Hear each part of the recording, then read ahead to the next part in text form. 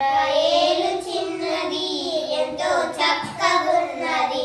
ఇశ్రాయేలు చిన్నది ఎంతో చక్కగున్నది. చెరకొని పోయిన వారి ఎంట కొరక తీర్చకో